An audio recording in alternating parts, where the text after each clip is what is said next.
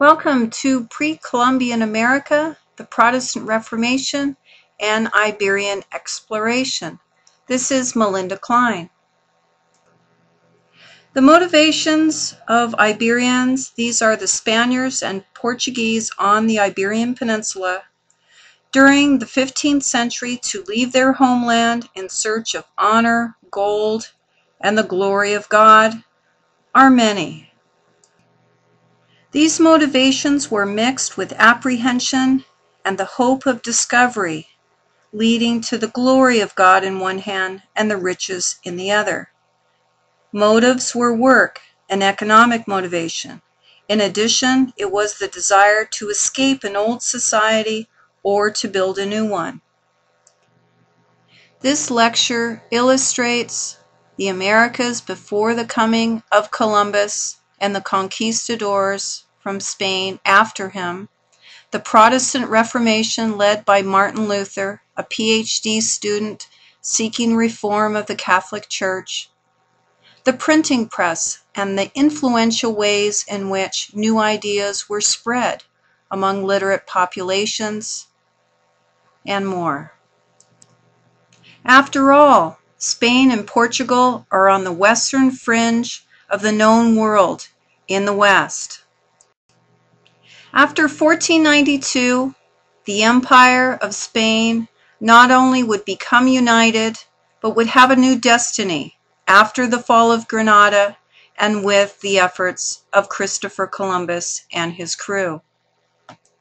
The Bering Strait theory, or the land bridge theory, has been widely accepted in the scientific community since the 1930s.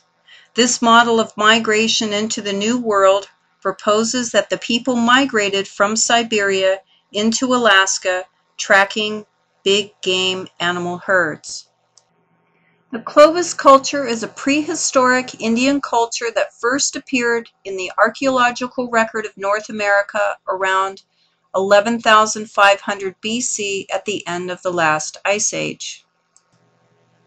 Amerindian Indians made their way from North America to the tip of Chile by 10,000 BC. The Maya civilization is a Mesoamerican civilization noted for the only known fully developed written language of the pre-Columbian Americas, as well as their spectacular art, monumental architecture, and sophisticated mathematics and astronomical systems. In South America, the Inca civilization began as a tribe in the Cuzco area, founded around 1200 AD. Under the leadership of the royal family, the state grew as it absorbed other Andean communities at the time. It was about 1442 when the Incas began a far-reaching expansion under the command of Pachacutic. By 1532, Spanish conquistadors led by Francisco Pizarro conquered the Inca territory.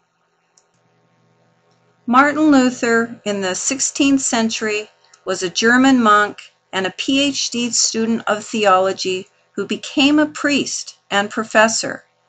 His calling was that of a reformer of the Catholic Church for what he saw as corruptions. His teachings inspired the Protestant Reformation.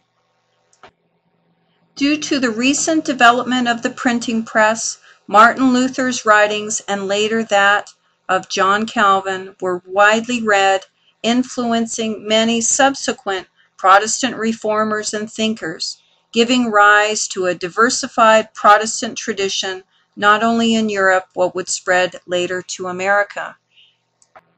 Before Gutenberg could have printed his first true book, which was published in 1455 or 1456, the Bible, he needed to make 3 inventions first. First, he needed a press. The adaptation for a printing press was in using a wine or olive oil screw-type press that had been in use for hundreds of years throughout Europe and Asia. Next, it was the adaptation of block print technology that had come from China. The development of mass production of paper-making techniques was next. Rice paper from China was not adequate. It was too flimsy for the printing of books. Strong monarchs wielded incredible power and authority alongside the Catholic Church on the European continent from the 15th century after the destabilizing effects of the Black Death. The marriage of Isabel and Ferdinand united Spain in 1469. Civil wars abounded for ultimate control of other Spanish provinces. When Ferdinand succeeded his father as King of Aragon in 1479, the Crown of Castile and the various territories of the Crown of Aragon were united in a personal union, creating for the first time since the 8th century a single Spanish political unit. Henry the Navigator, as we know him in English, was a prince of the Portuguese court and an important figure in the early days of the Portuguese Empire. He promoted early efforts to explore an ocean route around the African coast to Asia. At this Portuguese royal school, it would be Europeans that would learn of the navigation techniques used by the Moors to navigate by the stars in crossing the Sahara. This technique, using an astrolabe, would allow ship captains to navigate past the sight of land. In the medieval Portuguese worldview, the Portuguese court was concerned with rounding Africa and trading in the Indian Ocean, whereas the Spanish later would be concerned with the Americas. At the height of the Renaissance, why was it the Italians did not take the lead in maritime exploration? Here, I would like you to think about the tender balance between risk and opportunity. The Italians were not convinced that reaching Asia could be done by crossing the Atlantic.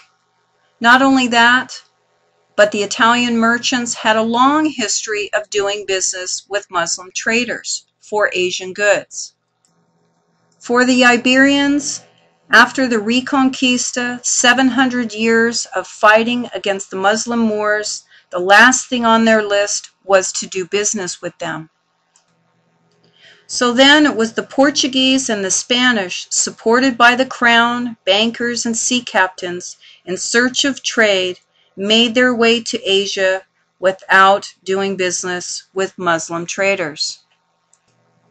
After Columbus in 1492, Hernán Cortés would make his way into the Valley of Mexico, bringing down the Aztecs.